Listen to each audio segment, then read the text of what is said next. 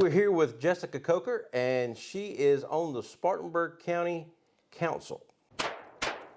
You got elected to council when? I got elected to county council in February of 2021. Okay. So I'm newly elected. I've never been in political office before, so I'm really learning politics, one, and then governance, second. So I'm really figuring out my role in that group, and then how to best represent my constituents. Okay. And what part of the county do you represent? I represent County Council District 6, which is kind of an awkward shaped district. It's a little bit of Roebuck. We like to say Roebuck to Reedville. So it goes down 221 through Roebuck, it picks up at 290, and then goes up through to Duncan, almost to the 85 intersection in 290. So I have some of Fair Forest. I have a little bit of Westgate, but it kind of cuts in and out, but pretty good, a good solid, it actually goes even south to picks up a little bit of Woodruff too. So, but I'm hoping to correct some of that when in our redistricting, make it not so awkward, but we'll see how that works out. Okay. Well, I know you're a Second Amendment advocate, but what does the Second Amendment mean to you?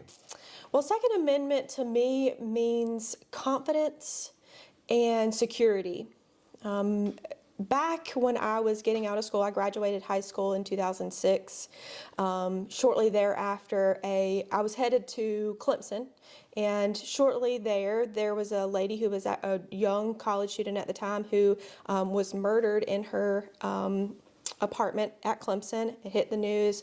The national media ran with it. It was very disturbing to me to think that I was going to a college town, a place where there was nobody else there really but the college kids, and I was still going to be in a place where things like that could happen. Yeah. And you know, I was born and raised in Spartanburg. We don't really have that kind of thing going out in the country, but I was going to Clemson. I was kind of nervous about it, and I have grown up with guns my entire life. I've been hunting since I was young. I don't have a lot of memories of my childhood, but one very specific one is tree climbing with my dad. Like, we had those self climbers. They now call them widow makers, the old ones. You know, I'm like talking about the old rusty ones that had like the crossbars, and you had to like dig them into the trees, right? And if you slipped, you were down, like you were coming down. And I remember tree climbing, you know, at 6 or 7. You know, easily pulling up myself up a tree climber, and stuffing my pockets with good treats. You know, so you always had a Yoo-hoo and Skittles, right? So I just remember that growing up around guns. I've always been around guns. We've been skeet shooting my entire life. I've always been comfortable, but it never really meant anything to me personally. Guns never really made a significant impact. They were just always there. They never really struck me as something that I would be required to have, specifically as they were they were men's tools. They were never really something that a female would need to acquire. But going back to Clemson, there was a female who had been murdered.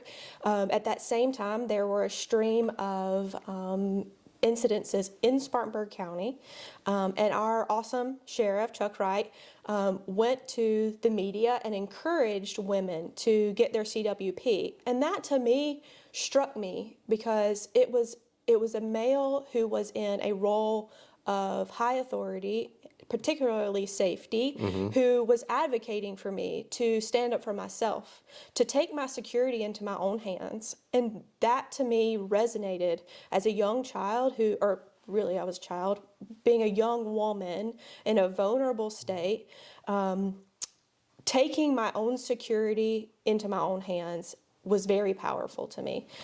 So that year, I went and got my CWP. I picked out a gun. I took the class. I shoot regularly, and I carry on the regular.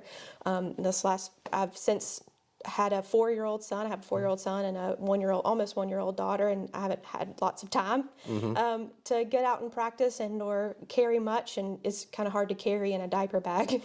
they need to come up with one of those. But yeah, I hope to, as my children get older, teach them that security comes with, and safety comes with being able to operate and possess firearms. So that's what it means to me. Okay. Well, what's one of your favorite guns? Okay, so that's hard. I am actually a shotgun kind of gal. I really love a good shotgun.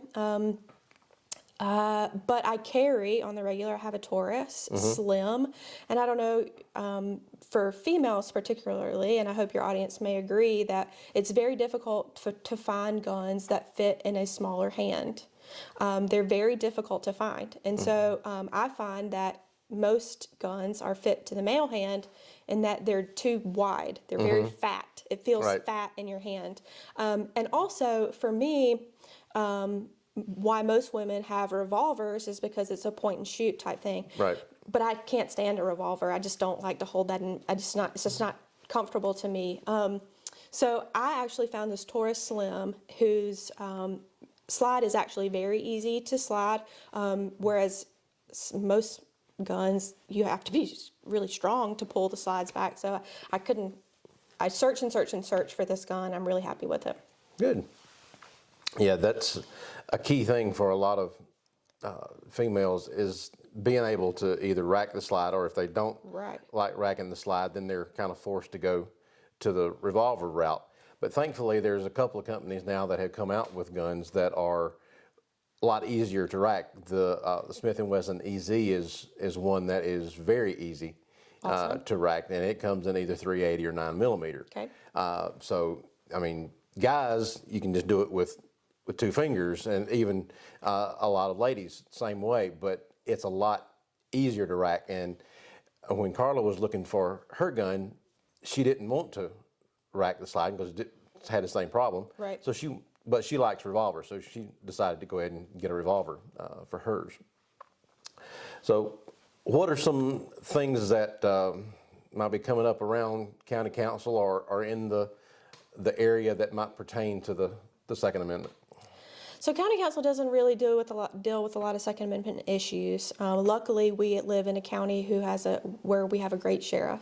Now, county council can support our sheriff in his decisions in his Second Amendment voice, and I think we need to do that and continue to do that. I think that as a delegation, though, as a county council delegation, we can support our state delegates and give them the encouragement they need to make the decisions at a state level. I think people underestimate the emphasis or the encouragement that we can provide to these legislators. They make decisions on a daily basis that affect our lives, and a good job or a way to go or a keep at it goes a really long way, because they're human too. They need the encouragement. They get pounded all day, every day, of people saying, you need to focus on this, you need to focus on that, you need to, stop doing this, stop doing that. And when they do something right, we need to give them a pat on the back. Yep. That's very true. And it makes a lot more difference to them if you're doing it in more of a personal type letter or call or email or something along those lines, versus the generic form that some of these groups want you to just text this number to this thing, and they'll send a mass email to and from the guys that I've talked to in the State House, they say they kind of ignore those. They do. Well, you just get 50 of them, 60 of them, 150 of them, and by the second, you're just like, okay, delete, delete, delete. Yeah, if they all say the same thing. Yeah, there's no reason to read any of them, and it just doesn't mean as much. And a good attaboy goes a long way. Yeah. Okay. Well, anything else you want to talk to the viewers about? I don't think so. Let's go shoot. Okay, sounds good. She has got her Taurus here, and about the size of one of the original shields. Nice looking little gun. So let me show it to the viewers here.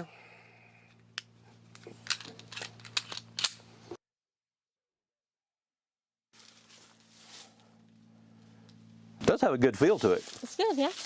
Got little bitty hands. It's perfect. There we go.